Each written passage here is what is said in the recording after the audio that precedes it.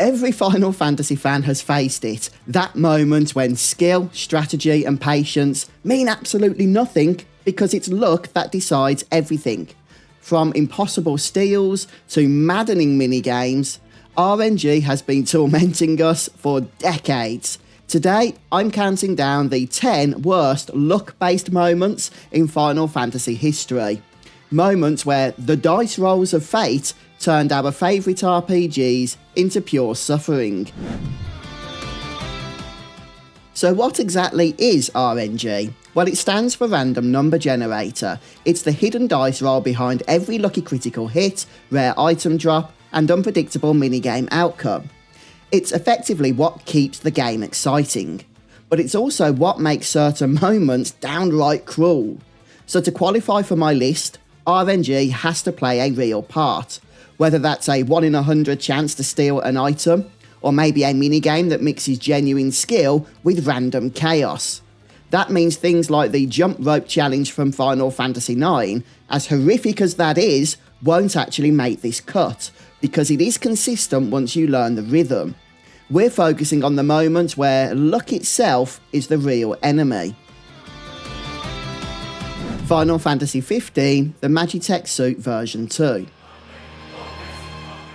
So kicking off our list today is one of the most modern examples of RNG pain, the Magitech suit version 2 in FF15. Now on paper, it's a rare accessory with some pretty good stats. In practice, it's a psychological endurance test. In fact, to even find the MAX Angelus 0, that's the name of the enemy that drops it, you first need to trigger a random landing craft event after beating the main game.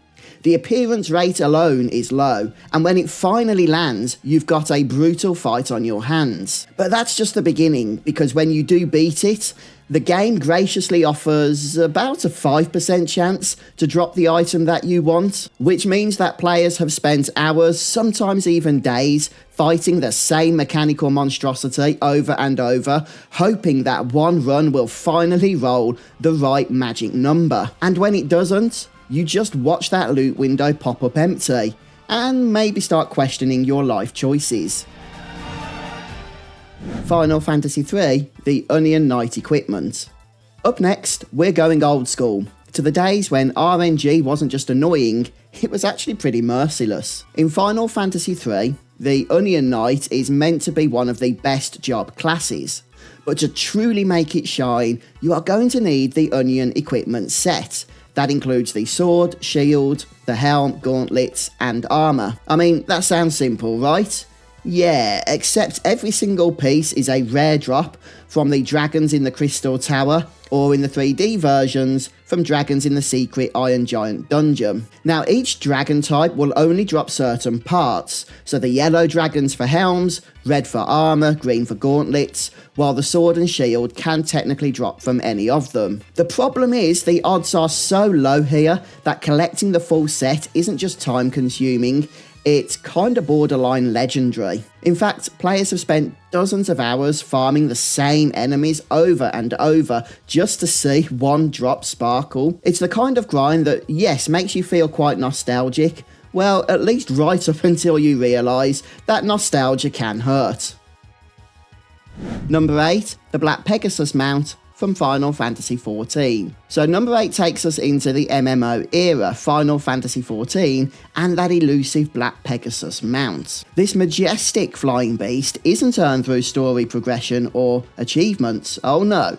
It's locked behind the Knight Pegasus whistle, a random drop from the gold trim sack. This itself is only found within deep floors of the Palace of the Dead dungeon. So not only do you have to survive the brutal climb and get the bags, you then have to really hope that you win the loot roll when accessing the sack. Players have cleared the palace hundreds of times without getting the whistle, and when it does finally drop for you, it's less celebration and more, well, thank goodness that's over. Number 7, the 4 rare summons from Final Fantasy IV. So now we're heading back to a simpler time, a time when games didn't bother telling you, well, anything really. And in FF4, there are several summons, like Goblin, Cockatrice Bomb and Mind Flayer, that are obtained as enemy drops. However, they each have absurdly low odds, and there is no questline, no hints, no visible progress whatsoever.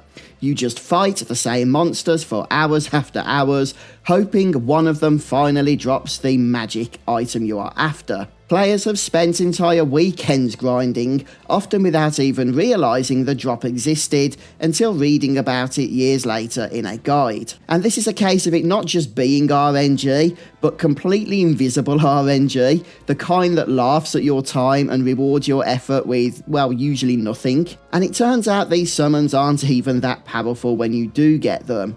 And yet somehow, we all do it anyway. Number 6, the Fairy Flute from Final Fantasy IX. Ah yes, now we've got one of Zidane's most infamous bad habits, stealing. And in FF9, many of the game's best items can be stolen from bosses, but the Fairy Flute is definitely one of the worst offenders. Now, every time you hit steal in FF9, the game rolls the dice on a hidden set of percentages. A common item, an uncommon one, and that ultra rare steal you actually want. Now, whilst there are some abilities in this game that allow you to improve stealing odds, none of them are available at this particular point. So while the boss is busy pounding your party into the floor, you're sitting there spamming steal for turn after turn, watching Zidane fail again and again. In fact, the steal rate is 1 in 256. Or less than 0.4%. In my opinion, the Fairy Flute doesn't just represent RNG, it is RNG. It is that one Final Fantasy moment where you start wondering whether steal actually means fail forever. Number 5, the Venus Sigil in Final Fantasy X. So moving into the top 5, we hit one of the most anxiety-inducing tasks in FF10, dodging 200 bolts of lightning in a row. Sure, it sounds doable until you realise that the lightning strikes are random, the timing unpredictable, and a single mistake will reset your entire count to 0. However, the reward, which is Lulu's Venus Sigil, is required to fully power up her celestial weapon. But earning it means perfect reflexes and, well, quite frankly, a small amount of masochism. Now, over the years, patterns have been found in certain areas to reduce the RNG element of this minigame, but these methods certainly are not the intended means of beating it, and if you do want to achieve this the way you are supposed to, then expect a pure test of patience, nerves, and how much coffee you've drank. But if you finally pull it off, congrats! You are clearly more dedicated to the RNG cause than many of us. Number 4, the Tinkle Bell drop in Final Fantasy V. So this takes us deep into Final Fantasy V and into one of those cruel moments that still haunts completionists. During the battle with Twintania, there's a tiny window to get the Tinkle Bell drop from his first phase. This is when he's not casting Giga Flare, and if you miss it, this drop's gone forever. There's no warning, no retry, and the drop rate itself is of course painfully low. So even if you do everything correct, RNG will still probably just say nope. And it's another example of the kind of design that feels like Square's way of trolling its most devoted players. A reminder that even if you've mastered the job system, the dice are still ultimately in charge. Number 3, Triple Triad rule spreads in Final Fantasy VIII. So next up we have one of perhaps the most psychologically devastating RNG moments in the entire series.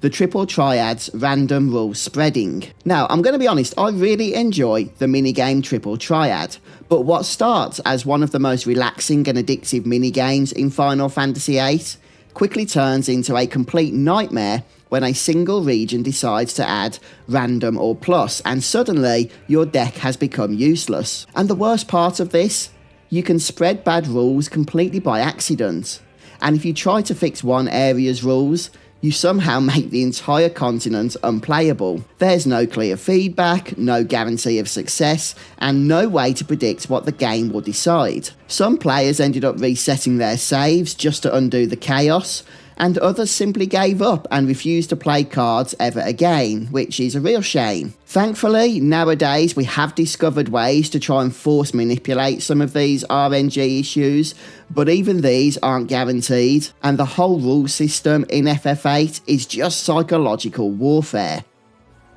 Number 2, the invisible weapons from Final Fantasy XII The Zodiac Age. Okay, so now we move on to one of the most baffling RNG systems Square Enix has ever designed, the invisible weapons of FF12 The Zodiac Age. The Gendarme, Great Trango, and by now the infamous Seitengrat are some of the strongest pieces of gear in the entire game, but you probably never even know they existed unless somebody told you. You see, these weapons don't appear in shops, side quests, or even as visible treasures.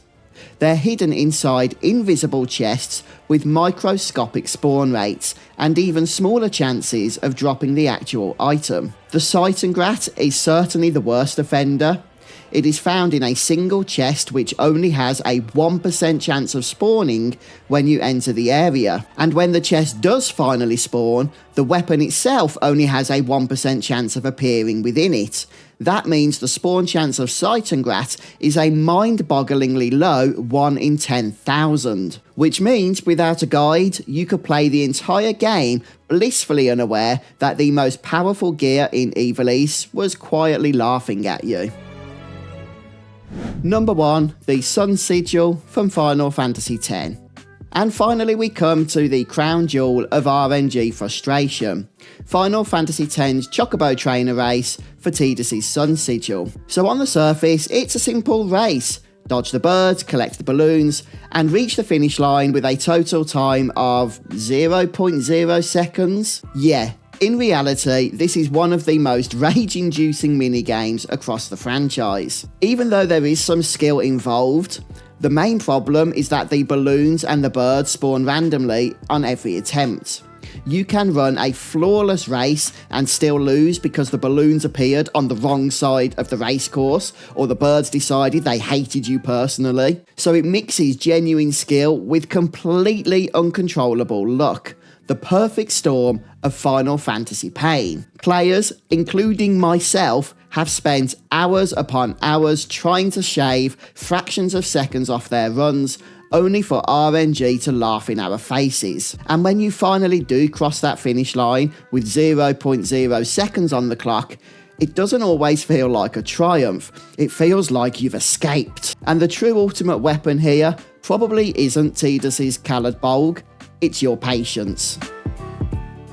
So there you have it, Final Fantasy's most frustrating luck-based torments. Some of these moments have tested our patience, others have tested our sanity. But whether it was stealing that, well, almost impossible item, or really hoping for a rare drop, or being betrayed by a minigame, one thing's for sure, RNG never forgets. Now I'd love to know which of these moments broke you the most, or if there's one that you think I missed that deserves a spot on the list, then do drop your RNG horror stories down below. And if you enjoyed this countdown, don't forget to give it a like and consider subscribing for more Final Fantasy deep dives and rankings. Thanks for watching folks, and here's hoping your next drop actually happens.